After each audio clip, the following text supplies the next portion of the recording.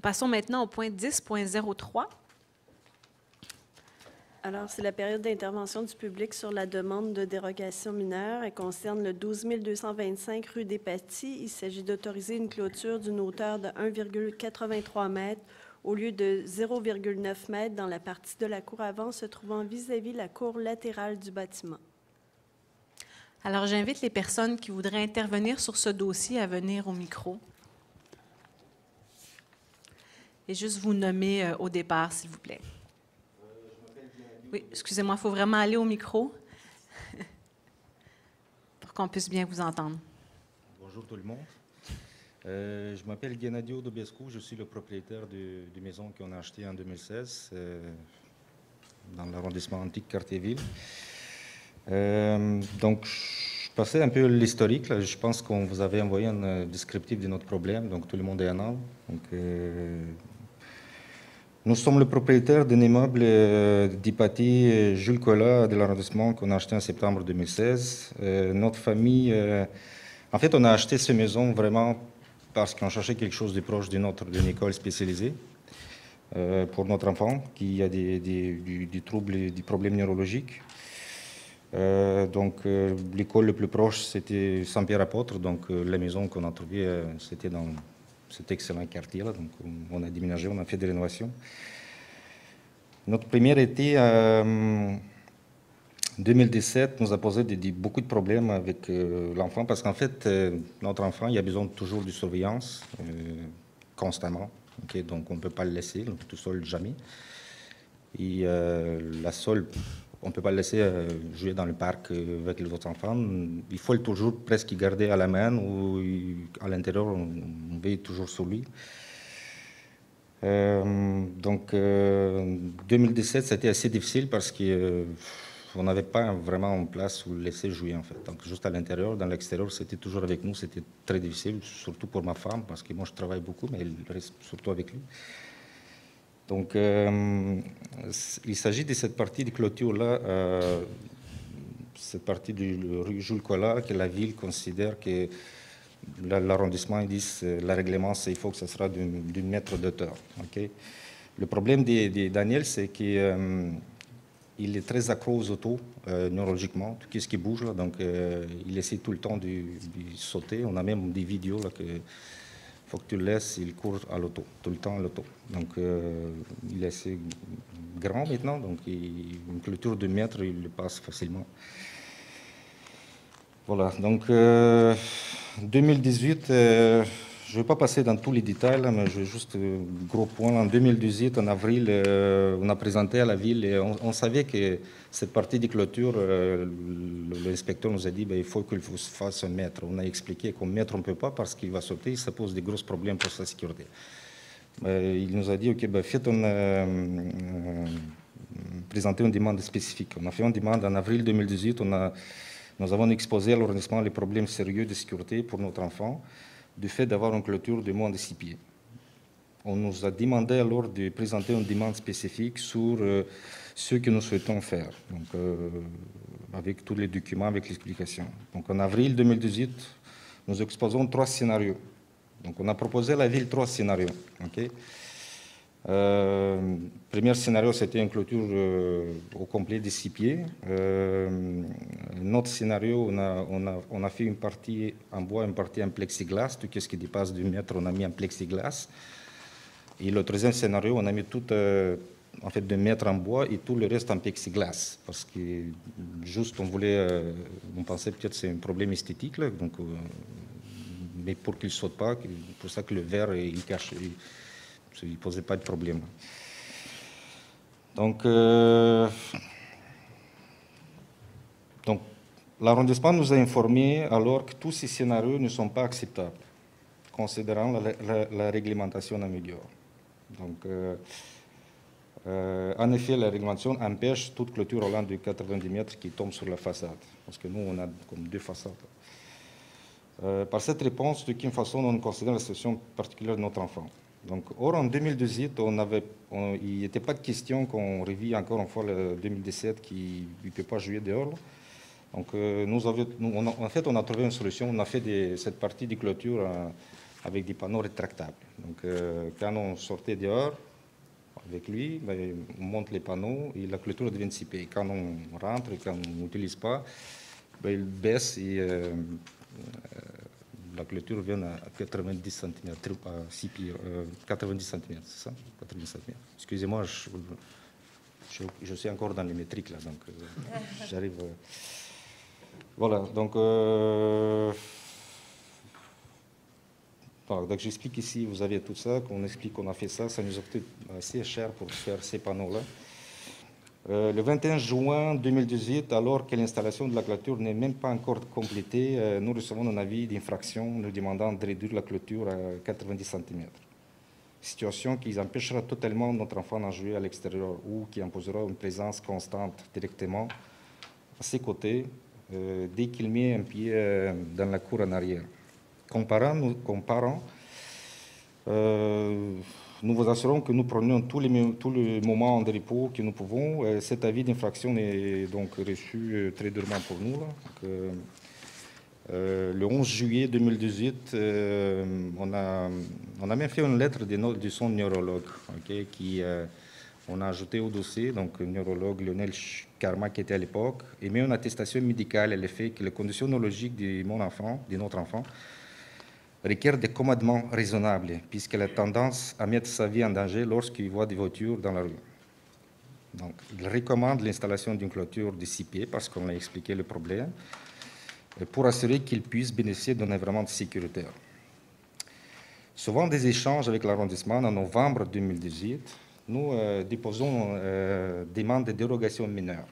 Parce qu'on a été à l'arrondissement, on se présentait, et les conseillers, je ne sais pas qui m'en a rencontré, ils ont dit OK, vous avez l'attestation médicale, maintenant posez une demande.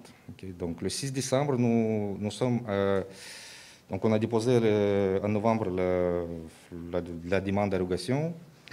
Le 6 décembre 2018, nous sommes avisés que le comité consultatif du urbanisme, donc le CCU, refuse notre demande pour avoir une clôture d'auteur supérieure à 90 cm du côté Jules Collin. Bon, le CCU propose des alternatives, permettre une clôture de 6 pieds sur la portion allant en arrière des bâtiments jusqu'à la clôture en arrière. Donc en fait, je ne vais pas rentrer dans le détail, mais il nous propose de couper le terrain, en fait, et de priver l'enfant, de déplacer la clôture carrément, de priver presque 30% de son espace où les seules places où il peut jouir. Donc, voilà. Donc, cette solution impliquera d'avoir faire une autre clôture de 6 pieds à l'intérieur des limites du terrain. Donc, il faut qu'on déplace à l'intérieur du terrain si on veut faire de 6 pieds. Ceux qui coupent une grosse partie du terrain. Donc, il nous apparaît incohérent d'accepter une dérogation mineure pour une distance de 11 mètres, mais par une portion restante de 9 mètres. Donc, ça limite beaucoup l'espace qu'aura notre enfant pour jouer. Donc, de plus, il nous semble qu'il n'y a aucun enjeu de sécurité ou d'esthétique pour la ville relativement à la clôture de 6 pieds, considérant son emplacement. Ce n'est d'ailleurs pas différent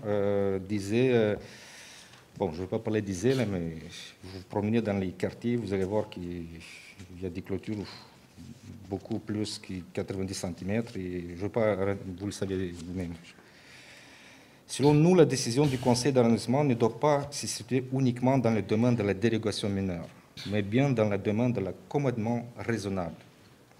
Il nous semble que la recommandation du CCU ne respecte pas les obligations d'accommodement raisonnable qu'une ville a.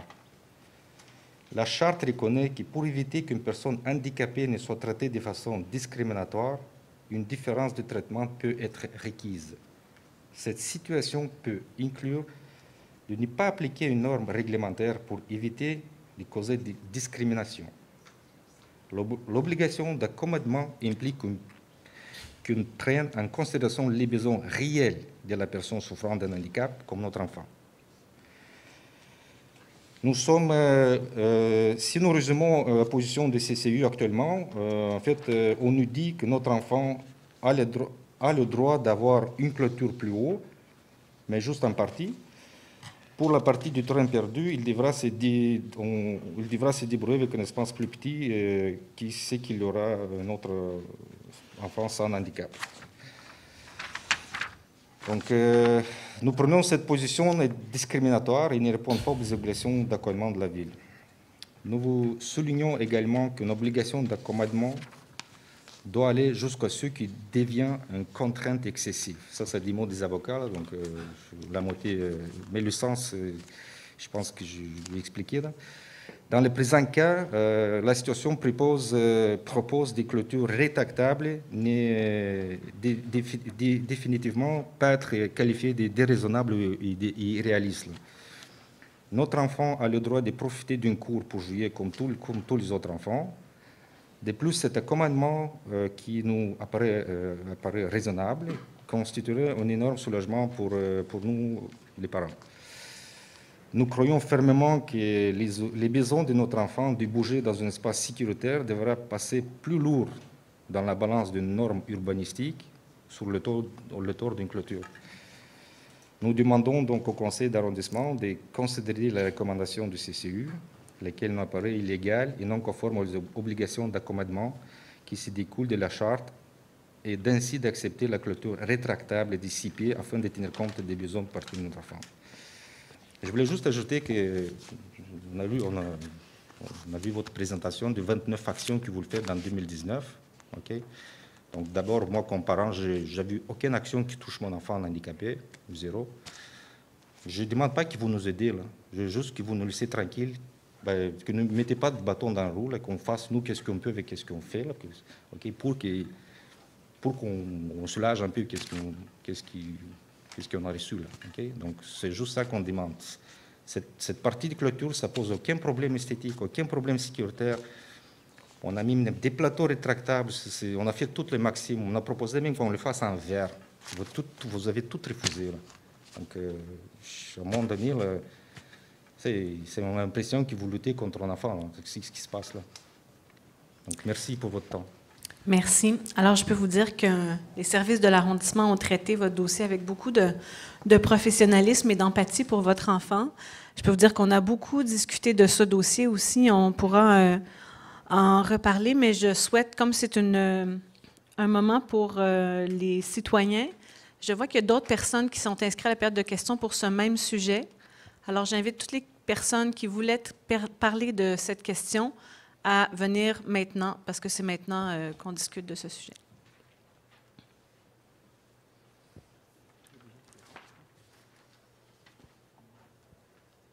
Bonsoir. Bonsoir. Mon nom est Marie-Hélène Bécaud, j'habite sur la rue des Patis. Alors, j'ai connu le problème concernant monsieur récemment, en regardant l'article de journal. Et puis, compte tenu des circonstances et de ce que monsieur explique, je comprends la problématique.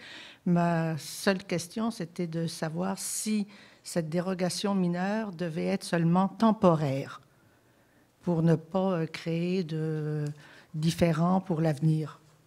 Donc, c'était plus de savoir si, je ne me prononcerai pas sur le bien fondé d'augmenter la clôture à 1,92 mètres, là, ça, je comprends ça. Mais que ce soit une décision qui puisse être temporaire, puisque ça ne correspond pas. C'est pour répondre à un besoin spécifique qui n'est pas permanent. Voilà, c'était le but de mon intervention. Merci. Alors, Monsieur Côté, est-ce qu'une dérogation mineure peut être temporaire? Selon mes connaissances, c'est la première fois que j'entendrai ça. Non, c'est pas, je ne pense pas que c'est possible. Ça serait sur une base volontaire, si on veut. Pas un droit acquis, mais une fois que c'est perpétué, c'est comme... Une fois que c'est permis, c'est permis? Oui, oui. Il n'y a pas de temps. J'ai jamais vu... On peut pas mettre de temps. Ça pourrait être une condition peut-être, mais j'ai jamais vu cette situation-là. OK. Donc, effectivement, on peut peut-être répondre en partie aux préoccupations. Monsieur Côté, vous pouvez peut-être nous expliquer ce qui est la proposition de l'arrondissement, parce qu'il y a beaucoup de solutions de compromis qui ont été présentées. Et ce qui est, en fait, la photo qu'on voit, c'est ce qui serait permis par la dérogation qu'on adopte aujourd'hui. Donc, presque l'entièreté de ce que vous souhaitez est permis. C'est pour ça que je vous dis qu'on a traité votre dossier avec beaucoup d'empathie. Et je passe la parole à M. Côté là, pour expliquer le dossier. Juste revoir, en fait, l'immeuble est ici. On est sur Despatie et Jules Collard. En fait, c'est un coin de rue, donc il y a une cour avant ici et il y a une cour avant ici parce qu'on est sur un coin de rue. Donc, c'est visible de la rue Jules Collard ou de la rue de Despatie. La situation actuelle, je ne sais pas si vous le voyez bien, mais c'est en rouge ici. Donc, la clôture est installée à la limite de la propriété, tout le tour ici. Là où c'est problématique, normalement, l'immeuble est ici. On a normalement ce qui est autorisé à cette hauteur-là, c'est dans le prolongement de l'immeuble. Et donc, on voit que normalement, ici, ça aurait été à 0,9 mètres qui est autorisé de plein droit, si on veut, sur notre réglementation. Ça, c'est la situation actuelle. Lisa, si tu veux changer. En fait, ça a été soumis au comité consultatif d'urbanisme en dérogation mineure. Et la recommandation du comité consultatif d'urbanisme, c'est la situation de maintenir la clôture à la hauteur actuelle, mais de demander de fermer à la hauteur de l'immeuble. Et cette clôture-là pourrait rester là, mais seulement à la hauteur de 0,9 mètres. Donc, ce qui est autorisé de plein droit. Donc, on dérogerait en bonne partie à notre réglementation dans l'axe de Jules Collard. Donc, ça fait quand même, on voit la superficie, je ne l'ai pas mais on voit l'aire pour le jeu pour l'enfant, si on veut, la cour arrière qui deviendrait à ce niveau-là. Donc, voilà la situation qui est proposée, qui est recommandée du comité consultatif d'urbanisme. Oui, M. Parizeau. Je ne sais pas si vous avez la donnée, c'est combien de pieds carrés exactement, dans le fond, ce qu'on demande de retirer là, sur le côté? Là, c'est section, 175, peut-être revenir avant, Lisa.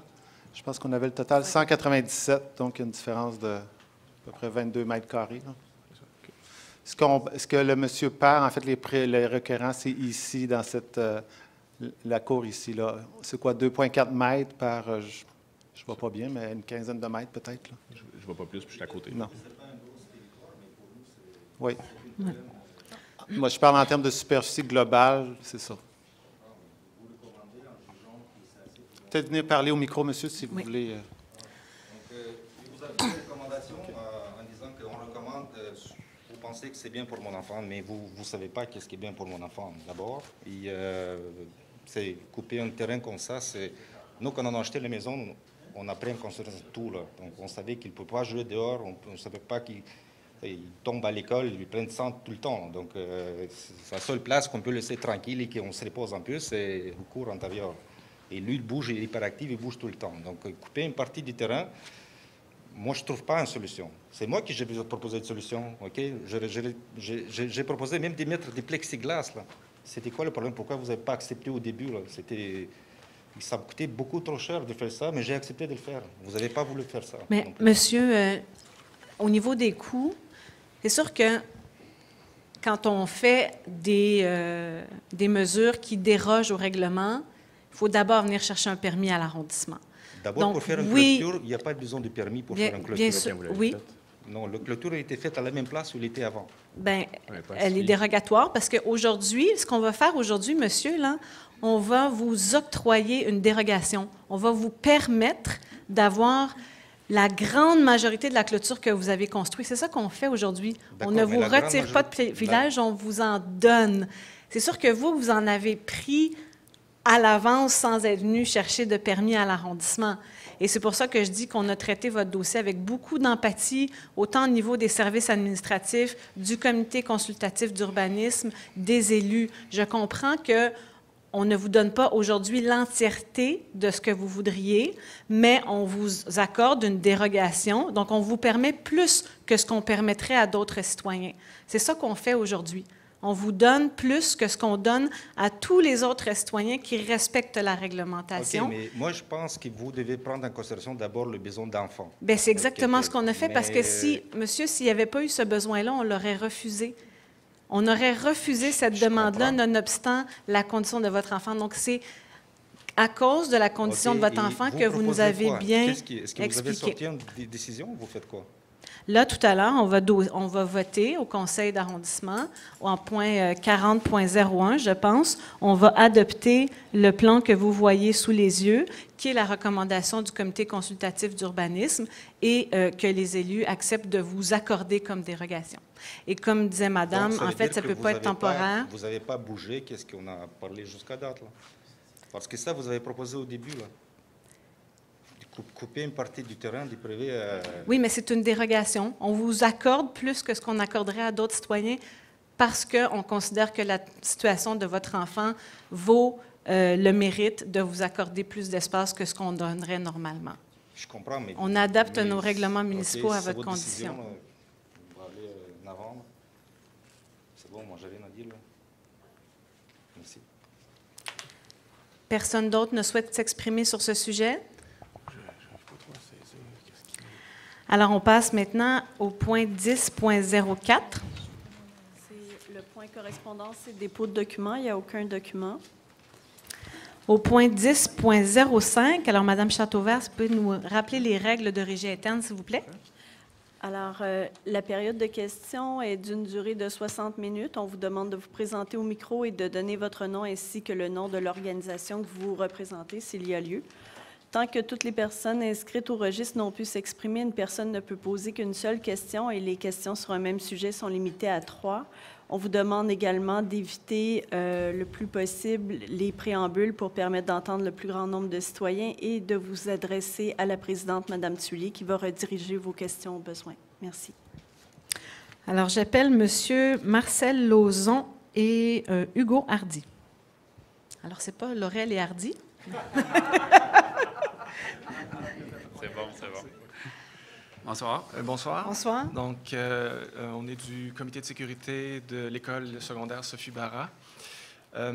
On a présenté en juin passé des demandes d'aménagement sur le boulevard Gouin à la hauteur de l'école parce qu'on pense que l'aménagement actuel pose un risque pour les élèves. Comme vous savez, il y a beaucoup d'allers-retours des élèves entre les deux pavillons de l'école. Il y a aussi beaucoup d'allers-retours entre l'école et le métro. Et l'aménagement actuel, donc les trottoirs sont très étroits alors que les élèves se déplacent en groupe. L'espace pour la voie pour les voitures est assez large et droite. Les traverses piétonnes sont plutôt étroites et ne sont pas situées de manière à inciter les élèves à les utiliser. Donc, tout ça fait en sorte que les élèves ont plutôt tendance à marcher dans la rue, à traverser un peu n'importe où, alors que c'est un axe routier assez passant. Et on pense que le problème va s'aggraver avec les années parce que la population étudiante est en constante et rapide augmentation. Donc, on a proposé différentes mesures, comme par exemple des indicateurs de vitesse, des traverses piétonnes améliorées, des dos d'âne, ce genre de choses, du marquage au sol pour rappeler aux automobilistes qui rentrent dans une zone scolaire. On se demandait si on pouvait espérer avoir ces aménagements-là pour la rentrée 2019. Monsieur Normand? On en a parlé beaucoup. Hein. Je vous ai rencontré à l'école. On s'est vu aussi, M. Lauzon, lors de la consultation sur le PLD. J'ai bien reçu vos requêtes par courriel une fois que vous les avez ouvertes formellement à travers le système de requêtes, ce qui est parfait par ailleurs. Et on va rencontrer, là, c'est toujours à l'hiver, donc au mois de février-mars, qu'on rencontre notre agent technique principal sur la circulation pour voir tous les projets qui sont dans le pipeline, pour faire un mauvais jeu de mots dans ce cas-ci. Au niveau de l'apaisement puis de la sécurité, entre autres aux intersections puis devant les parcs et écoles. Il y a plusieurs mesures. Il y a aussi, à ça s'ajoute la question de la piste cyclable. Comme vous le savez, avec les travaux d'Hydro-Québec, on a déplacé temporairement la piste cyclable en 2 unidirectionnelles de part et d'autre du boulevard Gouin devant l'école. Et on souhaite faire de cet aménagement-là un aménagement permanent, pas nécessairement dans sa forme actuelle, mais fort probablement. Ça amène d'autres contraintes au niveau de la sécurité lorsqu'on traverse la rue, mais par ailleurs, ça rétrécit la route puis ça retire le stationnement en tout temps lorsque ce sera permanent du côté sud de Gouin, où c'est permis à différentes périodes présentement. C'est vrai que les traverses perpendiculaires amènent une contrainte qui n'est pas naturelle par rapport aux sorties, par ailleurs, dans le mur patrimonial.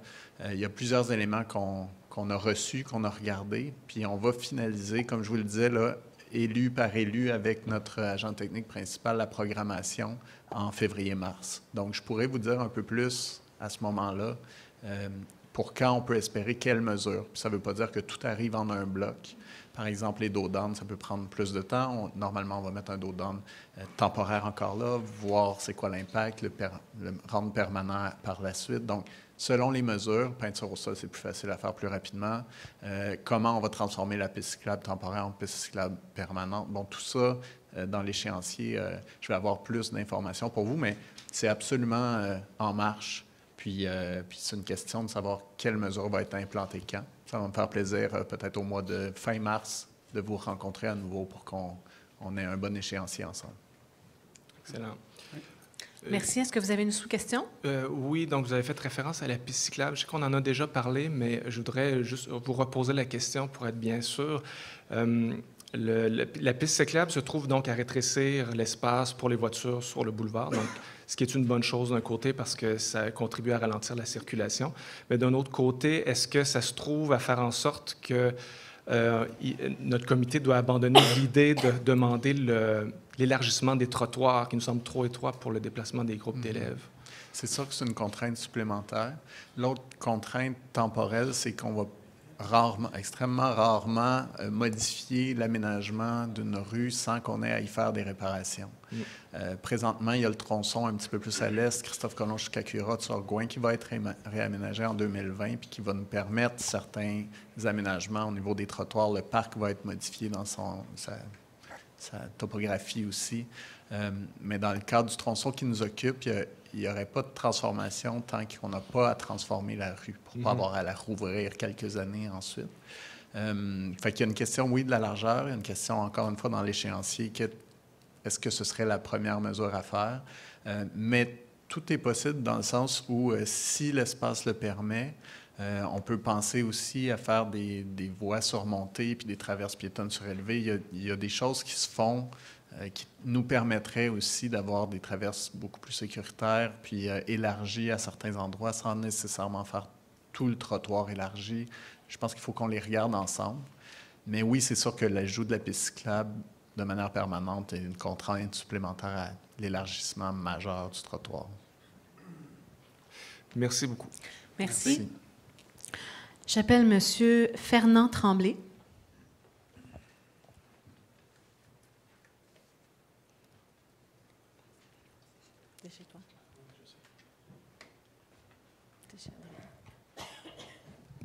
Bonsoir, Madame la mairesse. Bonsoir tout le monde. Moi, ce soir, je suis venu vous faire une demande. C'est d'aménager une butte de neige dans le parc Saint-Alphonse pour faire glisser les enfants. J'ai d'ailleurs fait une demande au 311. On m'a dit que c'était dangereux pour les questions de sécurité. On refusait. J'ai rappelé. Là, on m'a référé au service des loisirs, qui, eux, m'ont dit qu'ils n'étaient pas habilités à répondre à cette demande. Fait que j'ai décidé de venir ce soir. On m'avait suggéré de venir pour vous en parler puis vous faire la demande. On ne manquera pas de neige, là. Ça serait de faire une belle grosse butte de neige pour que les enfants puissent glisser. Voilà ma demande. Monsieur Parizeau? Vous voulez une butte en neige, pas une butte en terre, là. Vous voulez pas qu'on fasse un aménagement permanent d'une butte en terre qui va devenir une pente à glisser, là? Juste une butte en neige. Oh, OK. Mais je vais le prendre en note. Je pense qu'il y a avec les changements démographiques dans toute cette partie-là du district de Youville, là, je pense qu'il y a de plus en plus de familles qui s'établissent là. Je pense que ça peut être quelque chose qui répond aux besoins. Je ne sais pas si M. Gauthier, vous aviez quelque chose d'autre à ajouter, là, mais je vais le prendre en note. Je vais pouvoir en discuter avec les services. Je ne sais pas si le degré de dangerosité de faire une pente juste en neige. Je n'ai honnêtement aucune connaissance sur la question de la neige et de la dangerosité là, dans une pente, mais on pourra discuter avec les services. Merci. Donc, on note bien votre demande. OK, merci beaucoup. Merci. Monsieur Yvan Roy.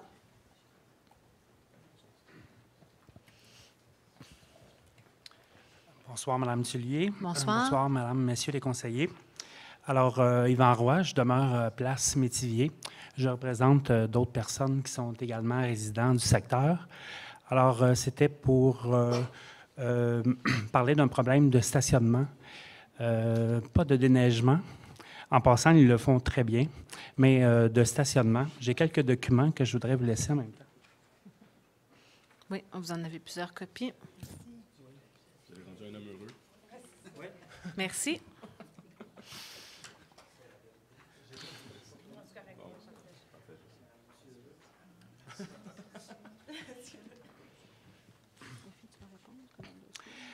Alors, en première page, vous avez vraiment une photo aérienne générale. La place Métivier, c'est le rond-point qui est situé à peu près au centre du document. Dans la deuxième page, et c'est surtout ça la problématique, donc dans la deuxième page, ce qui est en noir, c'est tous les endroits dont on ne peut pas stationner parce que c'est des devants de garage, donc des devants de descente. Et donc, ça laisse très peu de stationnement. Et en fait, c'est la même chose pour la rue Métivier et pour toutes les rues avoisinantes. Donc, il y a plusieurs personnes qui viennent stationner dans le peu de stationnement qu'on a de disponible. Et il faut vraiment arriver à la maison avant 5 heures, parce qu'après 5 heures, c'est la chasse pour trouver les endroits. Comme ce soir, à mon retour, je suis certain que je vais être 2, 3, 4 rues plus loin. Et vous avez donc en troisième page, encore une vue aérienne plus près pour démontrer la problématique. En été, le rond-point, on a le droit de stationner, pas en hiver. Et ça, pour avoir été présent quelquefois lors du déneigement, souvent lorsque les gens interviennent, ils poussent la neige de toute façon du côté droit, donc du côté des portes de garage, ce qui fait qu'ils laissent de toute façon très peu de neige au centre. Et lorsqu'ils font le déneigement, bien, ils font le déneigement complet. Donc, comme première mesure, on se demandait si c'était possible pour régler le plus rapidement possible, donc enlever l'interdiction de stationner dans le centre pour la partie hiver et procéder de façon permanente à des vignettes pour les locataires. Donc, souvent, le premier étage, les gens ont un droit de stationnement, mais le deuxième, c'est dans la rue, et c'est ça qui est le problème. En fait, la deuxième question est peut-être la plus simple. Des vignettes sur rue, en fait, l'arrondissement les installe seulement quand les gens les demandent. Okay. Donc, il y a tout un processus, ça s'appelle les S3R, là, donc le stationnement réservé sur rue pour les résidents. Okay. Donc, sur le site Internet de l'arrondissement, vous avez une procédure à suivre. Donc, il faut faire une mini-pétition dans la rue, recueillir un certain nombre de signatures, faire le dépôt à l'arrondissement. L'arrondissement envoie ensuite un sondage et on installe des vignettes seulement quand les gens, à majorité, le demandent. Okay. Ensuite, pour la question de l'interdiction de stationnement, il y a aussi la question des véhicules d'urgence. Je ne sais pas si, M. Côté, vous avez une réponse aujourd'hui ou si on pourra peut-être prendre en délibéré, parce que c'est un peu le même problème qu'on avait eu dans Saint-Sulpice, un autre rond-point, là.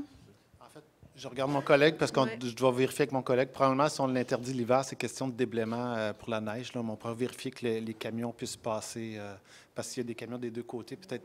C'est un des problèmes, mais on va le vérifier, je n'ai pas la réponse. Là. OK. Comme observation, comme je vous disais, j'ai été là quelques fois là, quand ils viennent déneiger, et je ne parle pas d'enlever la neige, là, mais simplement déneiger. De façon automatique, ils tassent du côté droit. Donc, si on reprend la première photo, là, ils ne l'envoient pas vers le centre de toute façon. Alors, quand on observe, on regarde ça, puis on dit, bien, écoute, on ne voit pas l'utilité vraiment. S'ils poussaient vraiment la neige dans le centre, je ne dis pas, mais ce n'est pas ce qu'ils font de toute façon.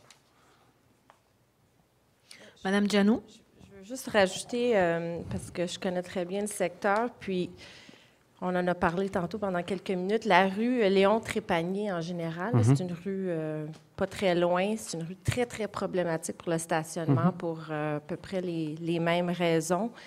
Et je sais qu'il y a plusieurs personnes de cette rue-là qui vont stationner derrière. Alors, c'est sûr que les demandes de vignettes, ça peut aider votre rue, mais en général, je pense que c'est une situation plus globale qu'il va falloir qu'on regarde parce que des rues qui tournent comme ça, c'est que tu as moins de place de stationnement. Oui. Mais comme je vous ai dit, là, on peut en parler pour la partie déneigement, puis en même temps la partie de demande de vignettes. parce que je pense que c'est la seule façon de sauver votre petit bout de rue. C'est sûr que ça peut entraîner des problèmes dans les rues avoisinantes, mais en général, là, juste aujourd'hui, là, j'ai eu 2 appels de gens sur la rue Léon-Trépanier. Fait que je vous comprends. Alors, on peut continuer. OK. Alors, si c'était possible pour, dans l'immédiat, de pouvoir stationner dans le centre, je comprends que vous allez le regarder à l'interne. Puis, je comprends aussi que la démarche pour les vignettes. Tout à fait. Donc, nos directeurs vont se concerter, trouver des réponses, des solutions, puis peut-être Mme Gianou là, pourra vous revenir. Merci. Merci. J'appellerai maintenant M. Raymond Labbé.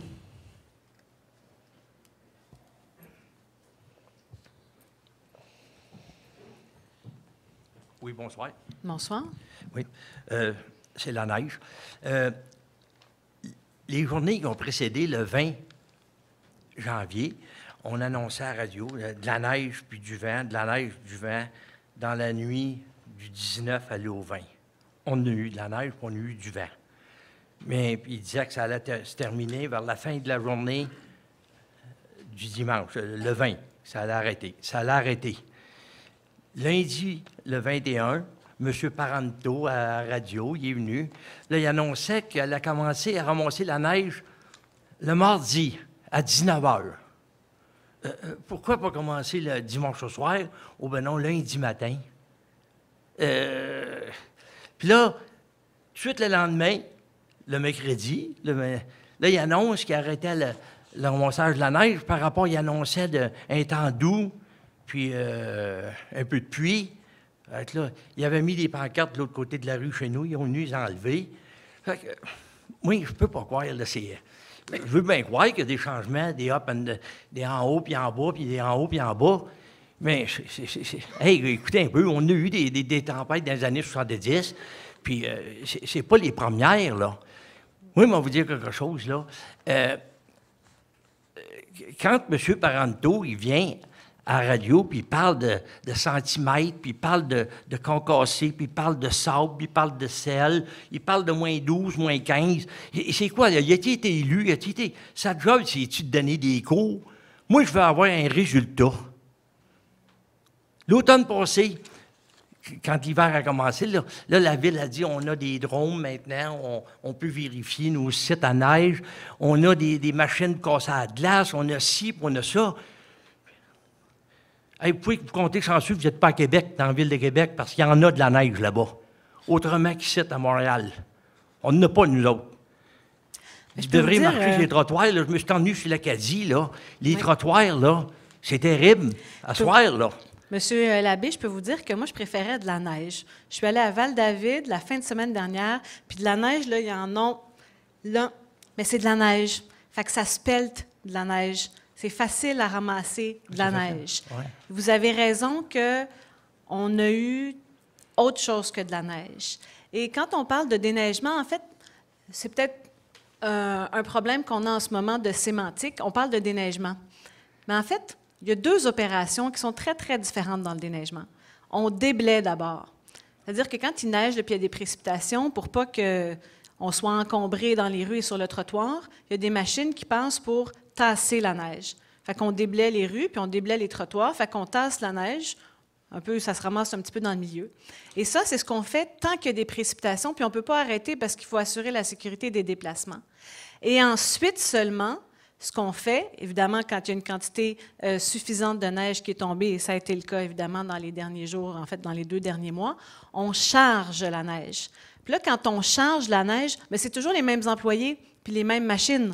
Quand on charge la neige, c'est là qu'on met les pancartes qui s'appellent les Lexans, puis là, on passe sur chaque rue, puis on charge la neige. Ce qui est arrivé ce mois-ci en janvier et un peu en février aussi, et c'est très rare que ça arrive, c'est que pendant qu'on était en train de charger la neige, ils ont annoncé de la pluie verglaçante. Quand il y a de la pluie verglaçante, on ne peut pas laisser ça tomber comme ça. Quand il y a de la pluie verglaçante, il y a des machines qui passent sur les chaussées et sur les trottoirs pour répandre de l'abrasif. Mais ce sont toujours les mêmes machines et les mêmes employés qui font le déblaiement et le chargement. Donc, le chargement a été arrêté à 2 reprises pendant un chargement. Là, ça dure entre 5 et 8 jours. Là, ça dépend combien de neige est tombée. Donc, on a arrêté de charger la neige pour pouvoir répandre de l'abrasif, toujours dans un but d'améliorer la sécurité sur les trottoirs. Donc, vous avez raison que quand il neige, on est capable théoriquement de le faire. Dans les années 70, on le faisait. Moi, je me souviens, pourtant, je ne suis pas si vieille que ça, mais je me souviens que j'habitais à la Chine, puis le banc de neige était plus grand que moi, puis je marchais sur le trottoir, puis je voyais même pas la rue. Le banc de neige était là. En plus, on ne chargeait même pas la neige. Là, la neige, on la charge parce qu'il faut l'enlever, parce qu'après, il y a de la glace et tout. Donc, nous aussi, on cherche des résultats. Je peux vous dire, M. Labbé, là, M. Paquin et moi, on se parle pas mal tous les jours. Les résultats, on les souhaite. Parler, là, Puis, ça ne fait pas disparaître la neige, là. Vous avez tout à fait raison. C'est Oui, pour ça puis- qu'on a énormément d'employés et de Dites-moi machines pourquoi sur dans le terrain. le 20 janvier, Oui. que la neige puis le vent a arrêté dans l'après-midi du 20, M. Parenteau annonçait lundi midi que la neige, il allait commencer de ramasser la neige. Le lendemain, le mardi soir, ma foi du bon Dieu, là, à la radio, là, ils disent, les employés de la ville, quand ils viennent pour donner des cours, là, ils disent, nos 3500 employés sont là à plein d'œuvre, puis là, sont là en tout temps. Là. Me semble des conditions comme ça, là, on opère le soir. Ah oui, on opère 24 heures sur 24. Il y a eu Monsieur une ligne Paquin- ouverte. Il y a eu une ligne ouverte la semaine passée à la radio, là. Puis Antique, Quartier-Ville, là, il y a une madame qui a donné, d'une échelle de 1 à 10, là, il y a une madame qui a donné 3 € en bas du 1. Ville d'Anjou, là, ils ont eu 8 sur 10. Même si ce n'est pas de projet Montréal, Ville d'Anjou, il n'y a pas d'honte à prendre conseil d'eux autres. Ça a l'air que c'est pas mal mieux, puis c'est pas loin dans le petit quartier-ville. Il n'y a pas de gros. Ils ont peut-être un petit peu de pluie, eux autres aussi, hein? Oui, mais je peux vous dire que j'en ai discuté justement. M. Paquin connaît bien Anjou aussi, puis il peut vous dire qu'est-ce qui se passe en Anjou.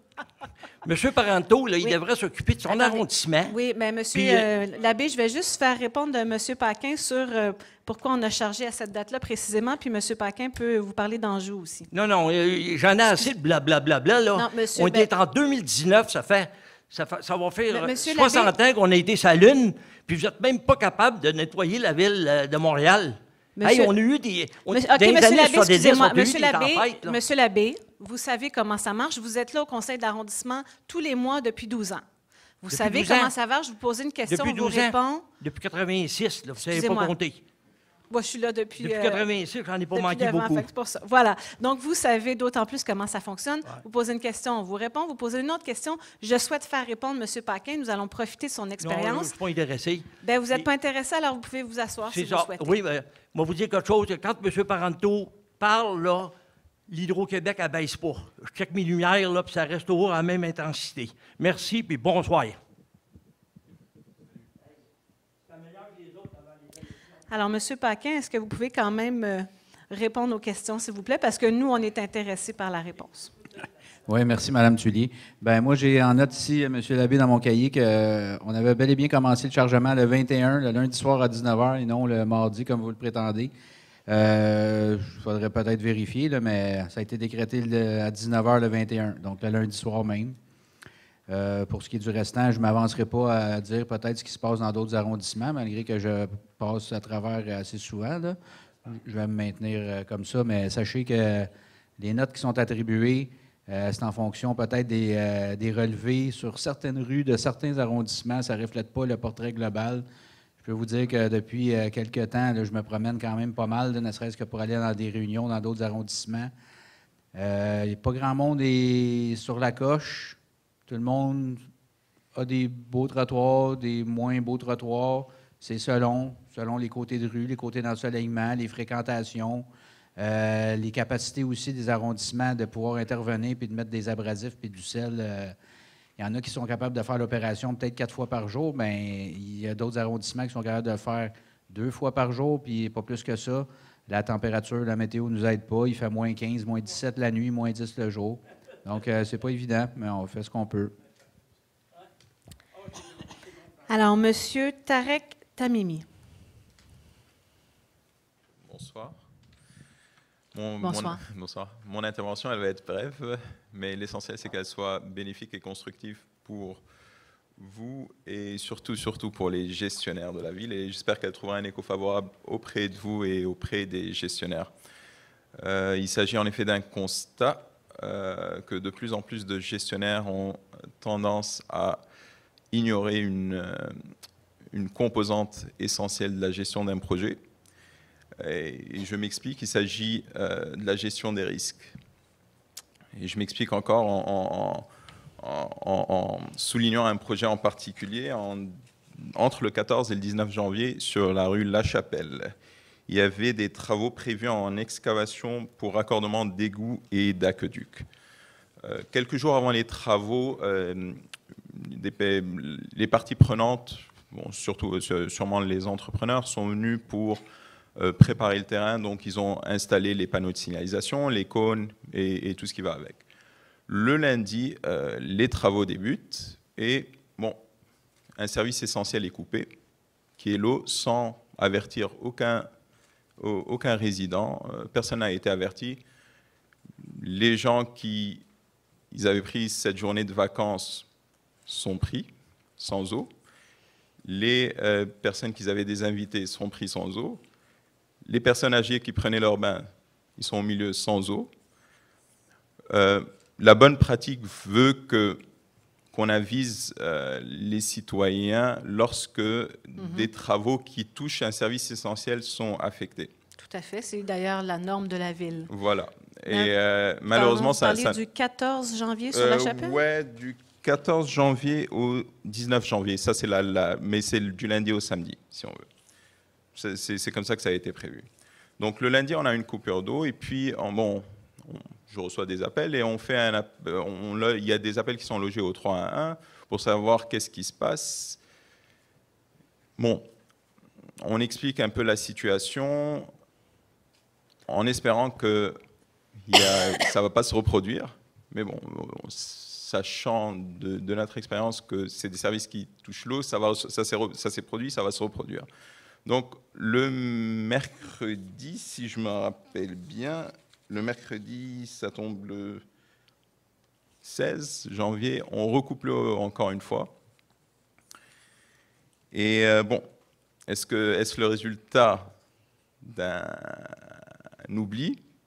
Bon, surtout qu'on a appelé au 311 le lundi. Manque d'expérience, négligence.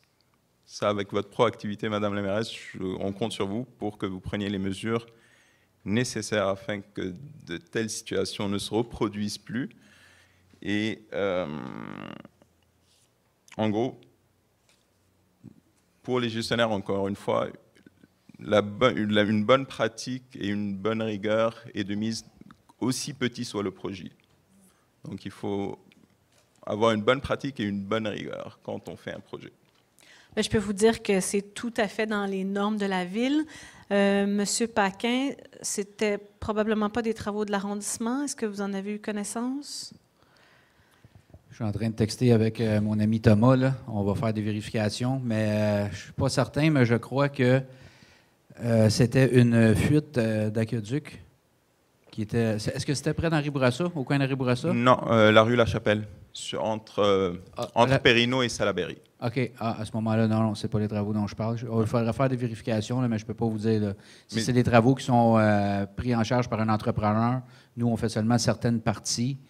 Donc, effectivement, quand c'est des travaux planifiés, mais c'est seulement les citoyens qui sont impactés qui sont avisés normalement par un accroche-porte. S'il y a beaucoup de vent, s'il y a plein de facteurs qui font peut-être que l'accroche-porte est disparue. Malheureusement, aucun citoyen... Je pourrais vous revenir avec le... Il n'y a pas de problème, mais malheureusement, aucun citoyen dans le coin n'a été avisé. Okay. Et puis, et les travaux, ils étaient prévus parce qu'ils sont venus à l'avance, quelques jours à l'avance, pour préparer le terrain. Ils ont mis les panneaux de signalisation, les cônes et tout ce qui va avec. Parfait. Donc, écoutez, on va le prendre en note. Ouais. On va retrouver qui faisait les travaux. On va faire un suivi, mais je peux vous assurer que quand c'est des travaux planifiés, absolument, les résidents doivent être avisés d'une coupure d'eau. Les seuls moments où parfois l'arrondissement et où la ville coupe l'eau sans avertir, c'est quand il y a une fuite. Puis là, c'est vraiment des travaux d'urgence. Ouais, mais on va faire un suivi, puis on pourra communiquer avec vous le résultat de notre investigation. Parfait, excellent. Merci. Merci. J'appelle maintenant M. Jacques Lebleu.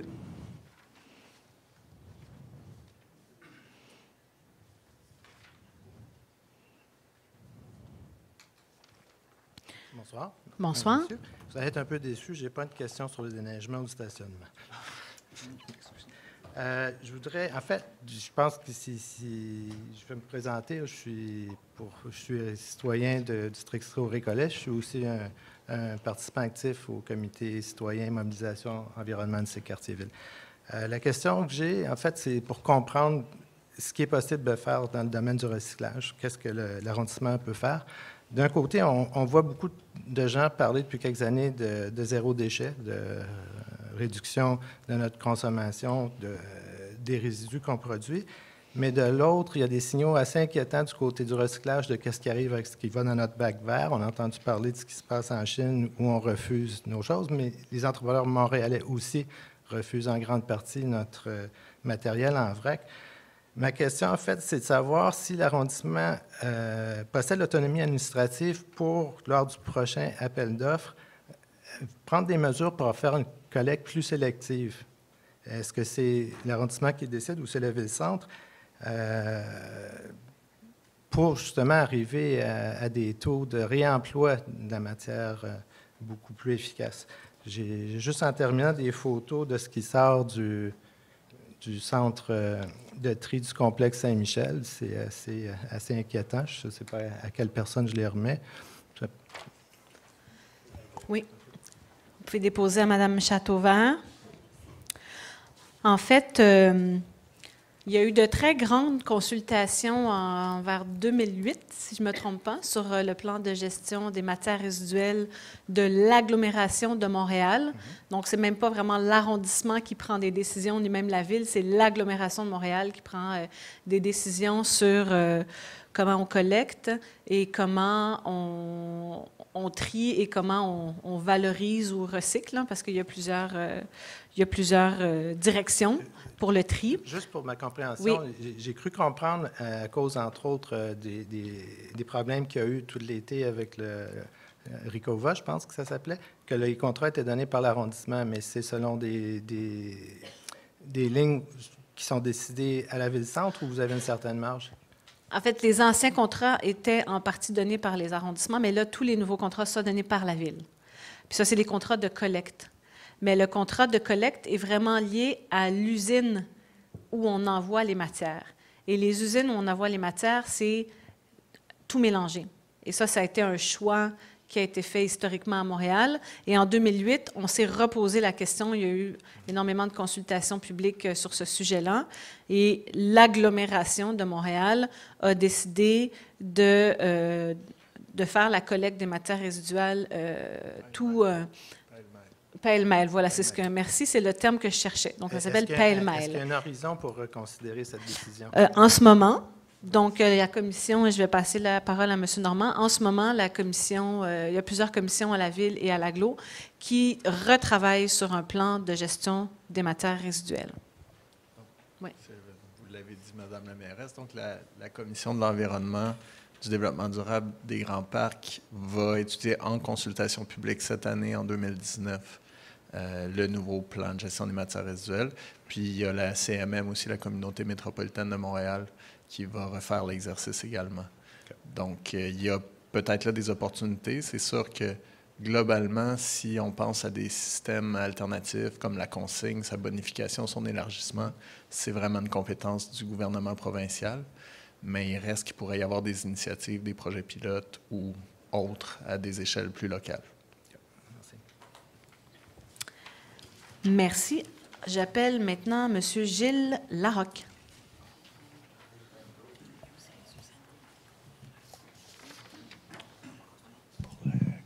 Bonsoir à tous.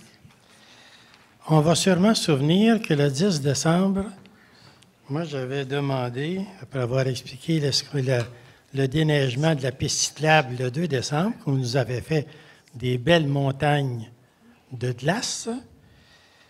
Mais là, Mme Tullier, après avoir essayé d'expliquer la situation, vous avez passé la parole à M. Paquin. Mm-hmm.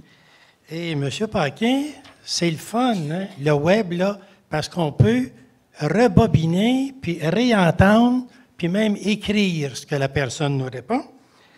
Alors, M. Paquin avait répondu ceci. dans ma compréhension à moi, c'est qu'on avait ramassé la neige et qu'on l'avait mis dans des camions. Et là, il y avait ajouté, généralement, quand on fait une opération de ce genre-là, il y a un camion qui suit et on charge la neige, la glace, c'est-à-dire là-dedans, et non pas bloquer la circulation d'une voie sur une rue. Or, là, pour reprendre son expression, bien, moi, dans ma compréhension à moi, bien, sa réponse voulait dire, bien, on va prendre des mesures, puis on va vous en débarrasser. J'ai été très naïf parce que, non, on n'a absolument rien fait. Ou bien on n'est pas venu voir, comme on avait dit, ou bien on s'est dit, que le job les emporte. C'est pas grave, ça, qu'on les bloque de stationner, puis qu'il y ait une voie complète de bloquer la circulation 24 heures par jour. Alors, ce que j'avais émis comme hypothèse, que ça s'est ramassé rien qu'en 2019, bien, c'est ce qui s'est produit. Alors, je vous remercie beaucoup d'avoir porté attention à cette demande-là, parce que ça a été ramassé lors du premier chargement vers le 4-5 janvier. Maintenant, là, ce n'est pas une question, cela, là, mais ma question, je comprends, Mme Tuillier, puis tout le monde, qu'on traverse une période climatique très difficile, de la neige, du gel, du dégel, de la slush, n'importe quoi. Moi, j'ai de la misère à comprendre qu'on travaille mal quand il s'agit de déneigement. Juste, petit exemple, vite fait, il y a à peu près une semaine, il n'y a pas tombé beaucoup de neige, mais il y en a tombé assez pour, évidemment, qu'on passe dans la piste cyclable. Or, quand on a passé dans la piste cyclable, bien là, on a passé en plein milieu, puis on a fait, pour prendre votre expression du 10 décembre, un andin vers le terre-plein, puis on a fait un autre andin vers le trottoir. C'est brillant en maudit, ça. On en a fait deux, un chaque bord. Nous autres, bien, on a deux enlevés. Un, évidemment, parce que, tu sais, on a des entrées. On a un enlevé là, puis on a un autre de l'autre côté. Puis quand on déneige comme il faut, la piste cyclable, là, ce qu'on a fait la dernière fois, ça a donné que ça faisait bien du bruit, puis à 2 heures dans la nuit, je les ai regardés faire. Déjà, quand on faisait la piste cyclable, on la nettoyait très bien, puis quand on arrivait vis-à-vis de nos entrées, bien là, on en profitait pour bien nettoyer, puis envoyer ça pour la charger. La dernière fois, c'est pas tout à fait ce qu'on a fait. On a nettoyé la piste, roughement, puis quand on a eu chargé dans la rue, là, il y a un beau petit Kubota qui est passé, qui a regratté dans la piste cyclable, puis qui nous a refait, on venait de nettoyer un andin de 6 pouces d'épais vis-à-vis chacune de nos entrées. C'est brillant en maudit, ça. Est-ce que vous pourriez demander aux déneigeurs de penser un petit peu aux résidents? Après tout, je paye rien que 5 000 $ de taxes, là. Je passe mon temps d'enlever de la neige. Je veux bien, mais qu'on ne m'écœure pas avec des andins régulièrement. C'est-tu possible? Alors, M. Paquin, vous pouvez peut-être nous expliquer les méthodes de déneigement de la piste cyclable, parce qu'effectivement, c'est très particulier, le trottoir, la piste cyclable, la rue. Vous avez mentionné plusieurs choses. Le fait que, comme vous dites, qu'en déblaiement, ça fait 2 andins. Quand il y en a un sur le bord du mail, si on veut, puis là, il y en a un sur le bord du trottoir, bien, c'est sûr que tout est une question de temps qu'on alloue à l'opération. Vous, dans votre coin, c'est un entrepreneur qui est là.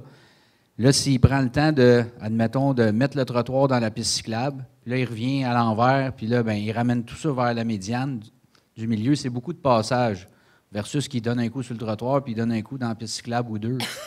Donc, il y a ça, cet élément-là. Je peux vous dire, par exemple, que dès l'année prochaine, on va revoir les contrats. Ce qui est ciblé, puis ce on a l'intention de faire, on est en discussion avec la Ville-Centre, c'est que nous, on va reprendre ce contrat de déneigement-là là, dans votre secteur. Là. Donc, on va s'occuper en régie de la piste cyclable. À l'époque, je sais que c'était beaucoup mieux déneigé.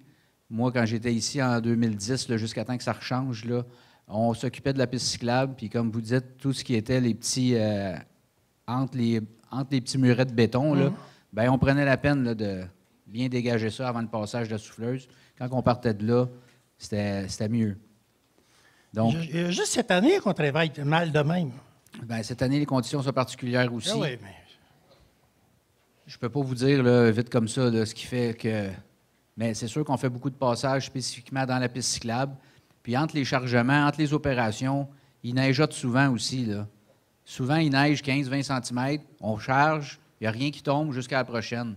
Là, il y a plein de fois qu'on se dit, est-ce qu'on arrête le chargement pour déblayer? Ah, ça ne tombe pas assez rapidement, on va essayer de faire les deux en même temps. Donc, ça donne ce que ça donne. Puis quand on vient à bout de se rattraper, bien, des fois, on a comme l'impression qu'on refait du travail ou, dans ce cas-ci, on redéblaye ou est-ce que c'était déjà chargé parce qu'on n'a pas le choix, il s'est accumulé quelques centimètres. Là, je vous dis ça comme ça, là, sans savoir exactement, là, mais ça peut être des facteurs, là.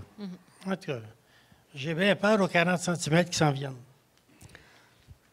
Mais 40 cm, ça devrait aller plus rondement et être déneigé plus facilement qu'une tempête sur plusieurs jours.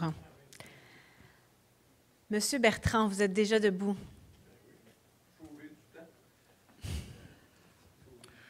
Madame la mairesse, bonsoir. Je voudrais vous dire que c'est exceptionnel. Je ne vous ai pas entendu dire que les problèmes sont la faute de la météo, ce qui est le refrain habituel depuis des années et des années. Vous avez dit clairement que ce que vous aviez planifié, ce n'était pas autant que ça et que les moyens mis en œuvre, ce n'était pas autant que ça. C'est très honnête de votre part et je veux dire que je l'apprécie. Je suis tanné de me faire dire que c'est la faute de la météo et qu'elle devrait s'ajuster à la planification municipale. Ça fait longtemps, et votre formation politique qui est très sensible à l'environnement, qu'on sait qu'il y a des bouleversements météorologiques, qu'il y aura des trucs extrêmes. Bon, M. Parizeau nous l'a longuement expliqué. Ça fait longtemps qu'on sait ça, là. C'est pas apparu cette année, là. Moi, depuis 36 ans que j'habite en Sigue, j'ai vu toutes sortes de météos, des trottoirs glacés, j'en ai vu d'autres, des flaques d'eau épouvantables parce que les puisages sont complètement bouchés. J'en ai vu beaucoup aussi, là. C'est pas nouveau. Bon. Il semble y avoir eu évolution dans l'organisation et les contrôles. En particulier, il y en a une, M. Labert en a parlé un peu. Il y a autrefois, je pense qu'au départ des arrondissements, chaque arrondissement s'occupait de son déneigement. Vous me corrigerez. Et dans l'administration précédente, il y a eu un règlement qui a été fait que c'était le président du comité exécutif qui disait « on ramasse la neige ». Je pense qu'à l'époque, le but était de forcer un arrondissement en particulier à ramasser sa neige parce qu'il n'en ramassait pas. Et là, ça joue dans le sens inverse. Avec la nouvelle administration, le président du comité exécutif, au lieu de pousser pour que le service soit donné, il le retarde. Puis ça fait 2 années qu'il fait ça. Bon, il y a peut-être quelque chose à reviser de ce côté-là. On pourrait se passer de lui, là. Hein? Vous n'avez pas besoin de lui pour savoir quand déneiger. Moi, je voudrais savoir quelles sont les autres modifications qui ont eu lieu depuis 5-10 ans. Vous en connaissez un bon bout, là, vous. Est-ce que depuis 5 ou 10 ans, les seuils d'intervention, c'est-à-dire après combien de centimètres de neige on déblaye, après combien de centimètres de neige on charge, les temps, quand on a tant de centimètres qu'il faut déblayer, on a combien de temps? Le contracteur, il a combien de temps pour faire tout son contrat? Même chose pour le chargement. Quand il faut qu'il charge, il y a combien de temps pour faire tout son contrat? Moi, je me souviens d'une époque où, sur Sauvé, la souffleuse passait le jour d'un côté, la nuit de l'autre. Ça fait 24 heures. Maintenant, elle ne passe là, sur Sauvé, que de nuit, au moment où il y a le plus d'autos stationnés d'ailleurs, et sur les rues résidentielles aussi. Ce qui fait que, comme vous l'avez dit, c'est 5-8 jours. Il me semble que ça a déjà été beaucoup moins que ça parce qu'ils travaillaient jour et nuit. Il y a une distinction, vous ne l'avez pas faite malheureusement tout à l'heure, et on n'en fait jamais. On dit c'est les mêmes machines et les mêmes employés. Je conçois que les employés doivent se reposer au bout d'un certain nombre de jours. Mais peut-être pas les machines, peut-être qu'on peut mettre d'autres employés sur les mêmes machines. Hein? Alors, je voudrais savoir quels ont été les changements au niveau de l'épandage d'abrasifs, la petite roche surtout. Est-ce qu'il y a eu des changements là-dessus? Est-ce qu'il y a eu des changements sur les mesures palliatives? Quand on se rend compte qu'il y a un contracteur qui ne fait pas bien son travail, ça arrive, ça. Hein? Bon. Est-ce qu'il y a quelque chose de prévu pour que soit les employés de la ville ou un autre contracteur, quelqu'un où on dit, bien, on va y mettre une amende, puis l'an prochain, on fera mieux, mais pour cette année, c'est ça. Ou si, effectivement, il y a une météo beaucoup plus forte que ce qu'on avait prévu dans l'organisation, est-ce qu'on a une petite marge de manœuvre pour envoyer plus et au moins dégager les puisards pour que s'il tombe de l'eau prenne les puisards? Est-ce qu'il y a eu évolution? Alors, il y a comme 1000 questions dans votre question, M. Bertrand, puis on pourra s'en reparler après, parce que c'est un sujet sans fond. On a beaucoup discuté de la politique de déneigement en 2015, quand il y a effectivement eu comme centralisation de la politique de déneigement. Il n'y a pas eu énormément de différences. Les seuils n'ont pas énormément diminué, ni diminué ni augmenté. Une des choses qui a bien changé, et c'est un plus, quand on parle de dépendre des abrasifs sur les trottoirs, avant, ça pouvait prendre 12 heures à n'importe qui, là, un entrepreneur ou à des employés. Et il y a une norme maintenant, là, on doit y arriver en 4-5 heures. Et c'est pas mal ce qu'on arrive à faire. Donc, on a drastiquement diminué le temps pour faire de l'épandage sur les trottoirs. Nous, on a 400 km de trottoirs. Donc, ça opère, là, en 4-5 heures, on fait les 400 km avec nos employés et avec le privé. La centralisation a eu pour but de coordonner les dépôts à neige, parce que la neige, on a l'impression que c'est tout simple, on la ramasse, mais après, il faut aller la mettre quelque part. Hein? Il y a des chutes à l'égout, puis il y a des dépôts à neige. Et en fait, le plus grand facteur quand on déneige, c'est le temps. Combien de temps va prendre le camion qui est plein de neige, à aller déverser sa neige et à revenir? C'est ça, en fait, le cœur de l'équation. Et ça, il faut faire en sorte que les camions soient le plus près des dépôts à neige. Puis là, tous les dépôts à neige sont... Et c'est ça que la politique est venue faire, c'est que la Ville s'occupe maintenant de tous les dépôts à neige. Donc, un arrondissement ne peut pas garder son dépôt à neige juste pour lui tout seul puis dire « il n'y a personne qui vient chez moi ». On est comme mutualisé, ce qui est, à l'échelle de la Ville, plutôt bien. Et ce qui fait en sorte que nos employés, presque tous les employés de la Ville, travaillent... C'est renversant comme sujet. Donc, les employés travaillent 24 heures sur 24. Nos employés en régie, parce que vous avez raison, les machines peuvent travailler 24 heures sur 24. Donc, on a plusieurs runs d'employés. Quand on va chercher des contrats au privé, c'est plus difficile d'aller chercher un contrat au privé avec 2 équipes d'employés plus des machines. Donc, on va chercher des contrats de jour ou de nuit. C'est pour ça que si vous êtes de nuit, c'est toujours de nuit dans votre secteur, puis un autre secteur à côté, c'est de jour, puis c'est toujours de jour. Et l'intérêt, c'est de faire en sorte qu'il n'y ait pas de file d'attente au dépôt à neige. Parce qu'on est à peu près moitié-moitié dans la ville de Montréal partout. Il y a à peu près la moitié qui déneige de jour, à peu près la moitié qui déneige de nuit. Et comme ça répartit le poids de la neige qui est déversée dans les sites de dépôt à neige. Il n'y a pas d'attente, donc ça va rendement, ça va plus vite. Et ça, ça marchait bien, comme je vous disais, là, tant qu'il y a de la neige, ça marche plutôt bien. Et les délais, n'ont pas été augmentés. On déneige là autant de centimètres. Il y a une cadence qui se fait. Ce qui vient modifier, c'est quand il y a de la glace, plus que de la neige, parce que de la glace, c'est plus long à déneiger. C'est quand on doit arrêter de charger, quand on doit déblayer parce qu'il reneige entre-temps. C'est la pluie verglaçante. Et ça, ce n'était pas nécessairement extrêmement bien couvert. Avec M. Panquin, une de nos discussions aussi, comment se fait qu'avant, le déglaçage, ça se faisait peut-être de différentes façons. Bien, ça, c'est l'évolution, mais ça fait de très nombreuses années, de la conscience environnementale, mais je vous dirais plutôt même de la protection de nos infrastructures, du sel, là.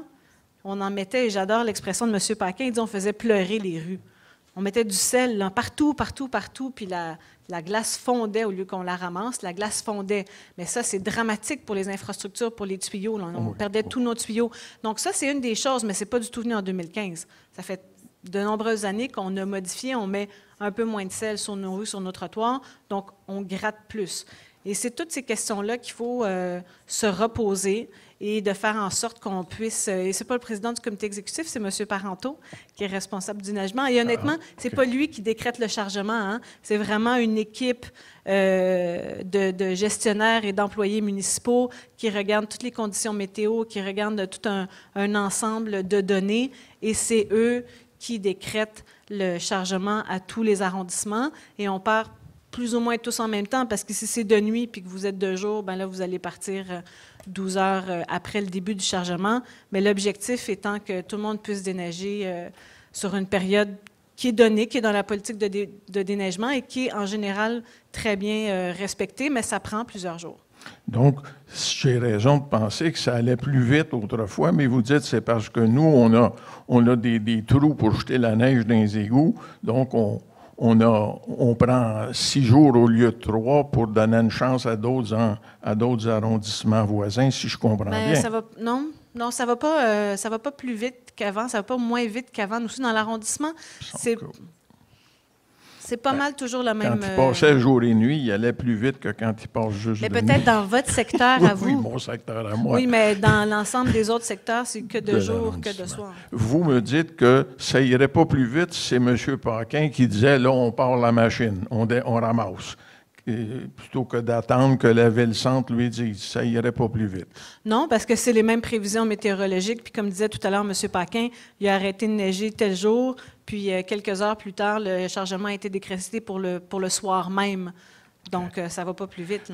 Est-ce que c'est possible d'envisager que dans vos priorités, vous ajoutiez qu'on est sûr que l'an prochain, les trottoirs seront déglacés, que les puisards seront dégagés et que les trous des rues seront remplis? Alors, des trous dans les rues, c'est encore autre chose, mais si vous regardez dans les priorités qu'on a nommées tout à l'heure, dans les services municipaux, on a mis mise à l'essai d'une nouvelle procédure pour améliorer le déneigement des débarcadères scolaires. Donc, évidemment, c'est quelque chose de très précis qu'on a vu, qu'on a mis. C'est un des problèmes qu'on a en ce moment, mais on revoit les politiques de déneigement en tout temps. Donc, à chaque fois qu'il y a des nouvelles opérations, on essaye de s'améliorer et c'est en tout temps. Puis, je discute moi aussi avec M. Parenteau, donc qui est responsable de cette question-là pour la Ville de Montréal. Demain, d'ailleurs, je le rencontre et puis on discute ensemble de comment on peut s'adapter au changement climatique. C'est vraiment ça, comment on adapte nos opérations au changement. Est-ce que ça pourrait être dans vos priorités que les arrêts d'autobus, dorénavant, seront bien déneigés, les puisards seront bien déneigés? Est-ce que ça pourrait? Parce que c'est sûr que c'est plus valorisant un jour de vous promener en disant « j'ai fait, regardez toutes ces saillies de trottoirs, c'est moi, etc. » que de dire « j'ai bien déneigé les canaux d'égout et c'est moins intéressant. » Est-ce que ça pourrait être dans vos priorités? Les arrêts d'autobus sont plutôt bien faits. Les arrêts d'autobus sont plutôt bien faits, d'ailleurs. Pas chez moi. Non, pas chez vous. Vous pourrez peut-être nous les souligner, mais on reçoit souvent des demandes de faire aussi bien le reste que les arrêts d'autobus. Donc, les arrêts d'autobus plutôt sont bien. Les puisards, ça, c'est une question qu'on discute aussi, parce que en ce moment, c'est pas tant qu'ils sont pas déneigés, c'est que la glace se reforme par-dessus les puisards à chaque fois. Donc, ça fait partie des discussions quotidiennes. Moi, celui qui est devant chez nous, je le nettoie. Oui. Puis la charrue passe, puis elle le remplit. Bon. Parce que, comme dit monsieur, ils vont vite parce que le contracteur, mais là, ça dépend de ce qu'il y a dans son contrat. Si dans son contrat, c'est marqué qu'il faut qu'il dégage les puisards, alors, dans vos priorités, peut-être, s'il vous plaît. Merci. J'en parlerai avec mon collègue, M. Parenteau. Merci. Merci. Madame Colombe-Larivière.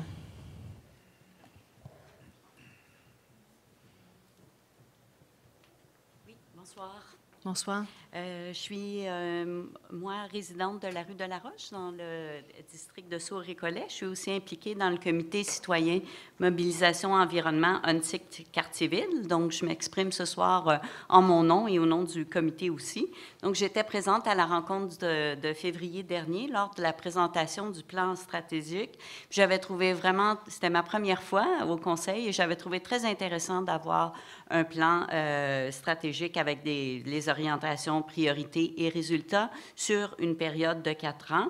Puis, je voulais, au nom du comité, souligner positivement les différentes initiatives qui ont été mises en place pour favoriser l'implication citoyenne. Donc, on n'a pas eu le temps de voir tout le bilan aujourd'hui, mais je l'avais lu. Et autant là, les consultations, les séances itinérantes et le projet pilote de budget participatif, mais ça invite les gens à participer. Puis nous, on va continuer à encourager nos membres à y participer activement. Puis, je voulais aussi féliciter particulièrement le Conseil pour l'implantation des véhicules en libre-service, la diminution de la limite de vitesse à 30 km qui a été, tous, on est en train de s'y adapter. C'est une excellente initiative. Les mesures d'apaisement, les saillies de trottoir et la consultation sur le plan local de déplacement là, qui se poursuit. Également, la mise en place du programme de ruelles vertes. J'étais venue, il y a 2 ans, demander ce programme-là. Ça faisait plusieurs fois, donc c'est maintenant une chose faite. Et finalement, le rattrapage aussi entrepris pour densifier la canopée.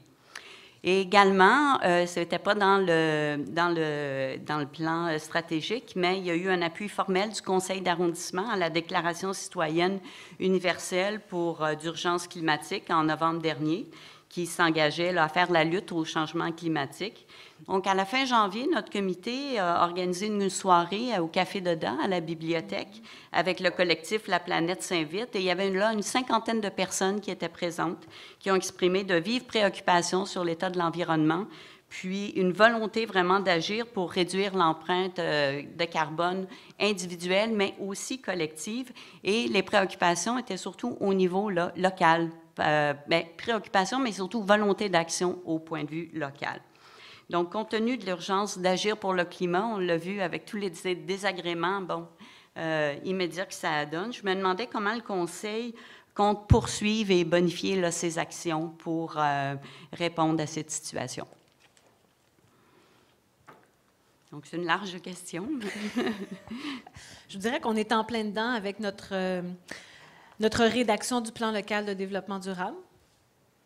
Donc, ça fait partie de la réflexion. Qu'est-ce qu'on peut faire comme institution et ce qu'on fait sur notre territoire avec l'aide de tous les partenaires et de tous les citoyens pour répondre à cette grande question. Mm-hmm.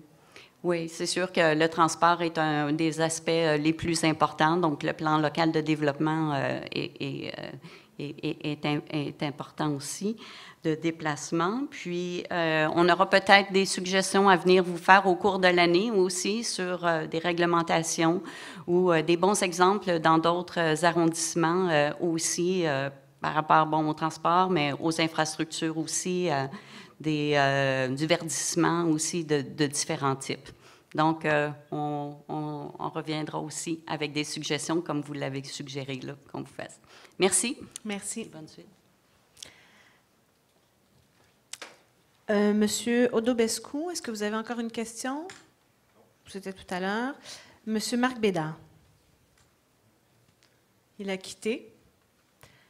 Madame Bécaud, elle a quitté aussi, elle a pris la parole déjà tout à l'heure. Alors, Madame Pascale Carréré.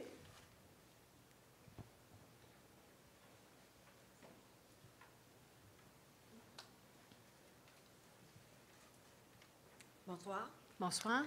Oui, Pascale Carrère. Je suis résidente de Huntsic, puis je suis impliquée aussi au mouvement, pas au mouvement, mais à la mobilisation environnement Huntsic-Quartier-Ville.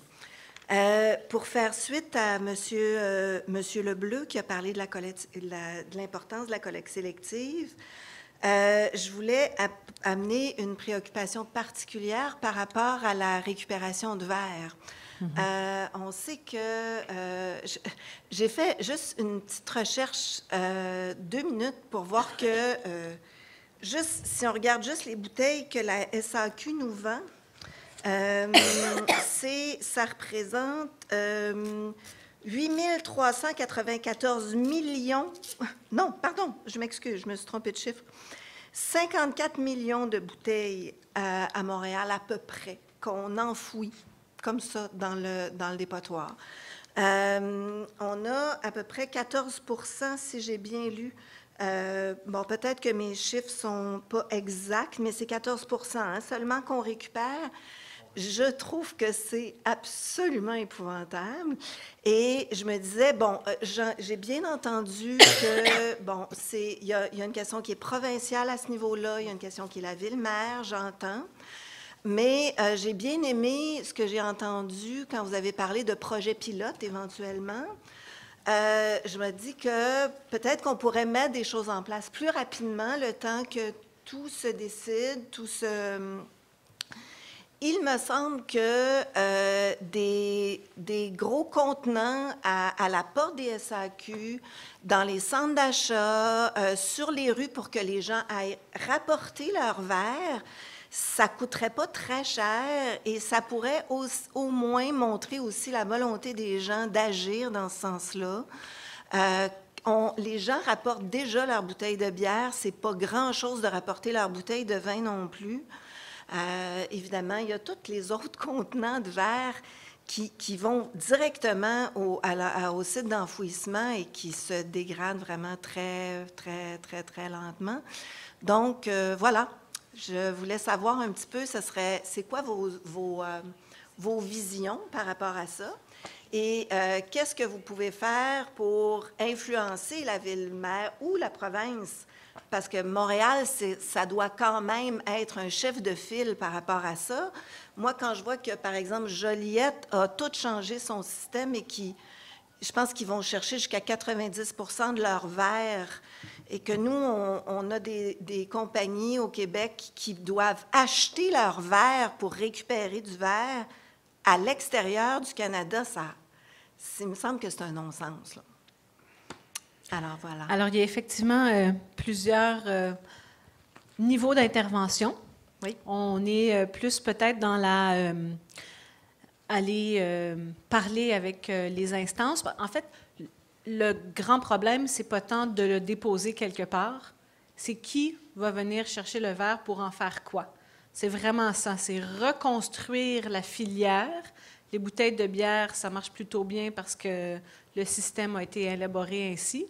Mais c'est reconstruire une chaîne d'acteurs qui utilisent le verre et qui va le faire circuler. Et c'est un peu ce que la Commission, puis je redonnerai la parole à M. Normand, un peu ce que la Commission essaie de travailler pour justement influencer le gouvernement. Vos préoccupations, on les partage à la Ville, puis à l'agglomération, puis à la communauté métropolitaine de Montréal.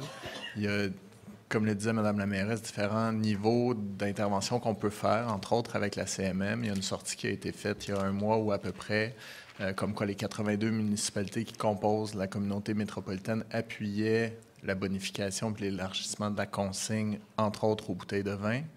Il y a plusieurs problèmes avec la collecte pêle-mêle. L'enjeu de base, puis Mme Thuillier le disait bien, c'est vraiment la question de la récupération. Donc, la différence entre la récupération et le recyclage. Présentement, il y a 40 du verre qui est recyclé, mais il y a à peu près 80 du verre qui est récupéré. C'est-à-dire qu'il y en a une très grande partie qui n'est pas recyclée au bout du compte. Parce que le verre, une fois qu'on cassé, il se mélange, puis le verre doit être recyclé par couleur. Donc, du verre brun avec du verre brun, du verre clair avec du verre clair, du verre vert avec du verre, etc. D'où la nécessité de le récupérer d'une manière différente que dans une collecte sélective pêle-mêle. C'est le nœud du problème. Puis présentement, on ne va pas se cacher, la SAQ puis les embouteilleurs sont carrément des lobbies qui ne veulent pas gérer cette collecte séparée des bouteilles. Et donc, il y a des groupes citoyens, il y a des municipalités, il y a bien du monde qui tentent de faire comprendre et au gouvernement et à sa société d'État, qui est au final un organe du gouvernement, sa responsabilité en termes environnementaux. Donc, il y a plusieurs niveaux à ça, économiques. Les centres de tri qui ont adopté leurs pratiques pour tenter de séparer le verre des autres matières veulent maintenir leur acquis et qu'on ne leur enlève pas cette matière-là. En même temps, les producteurs recycleurs de verre, comme vous le dites, sont obligés de s'approvisionner à l'extérieur du Québec. Il y a 2 seules provinces à travers le Canada qui n'ont pas de consigne sur le verre, dont le Québec. Les provinces qui consignent le verre le recyclent à 85 % en moyenne. On les a les données. Maintenant, c'est comment faire bouger le gouvernement du Québec par rapport à ça. Puis si on veut faire des projets pilotes, c'est possible. La ville de Racine au Québec l'a fait. Et donc, c'est des citoyens qui gèrent un site où on transborde les contenants de verre puis où on les récupère à part. Mais ça reste des micro-projets démonstratifs, mais c'est possible. Puis il y a différentes villes qui ont différents systèmes, avec des sites de dépôt, avec des cloches, avec des gobeuses à verre. C'est une question d'entreposage, de récupération, puis d'approvisionnement et de transport de la matière. Mais on est convaincu à Montréal, la commission qui se penche là-dessus a fait venir des experts, a travaillé avec ses services, tente de trouver des solutions propres à la ville, puis continue à faire des représentations auprès du gouvernement du Québec pour que ça bouge. Et est-ce que vous avez des attentes ou des suggestions pour que les gens puissent vous appuyer pour que ces dossiers-là avancent plus vite? Parce que c'est pas d'hier là, qu'on parle de ça, là, la récupération du verre, entre autres. Ouais. Puis on sait qu'il y a plein d'autres provinces qui ont déjà... C'est déjà fait, c'est déjà chose faite. Donc, oui. Il y a des actions collectives. On vous invite évidemment à contacter vos députés. Nous, on est très, très, très à l'écoute et très disponibles. Hein, on est en séance de conseil d'arrondissement, c'est pour ça que vous venez poser des questions. Les députés le sont moins, mais ils ont un courriel, ils ont des bureaux de comté. Alors, on vous invite à aller leur rendre visite parce que vraiment, c'est un sujet dont ils doivent se saisir parce que vous avez tout à fait raison, c'est un dossier qui doit avancer.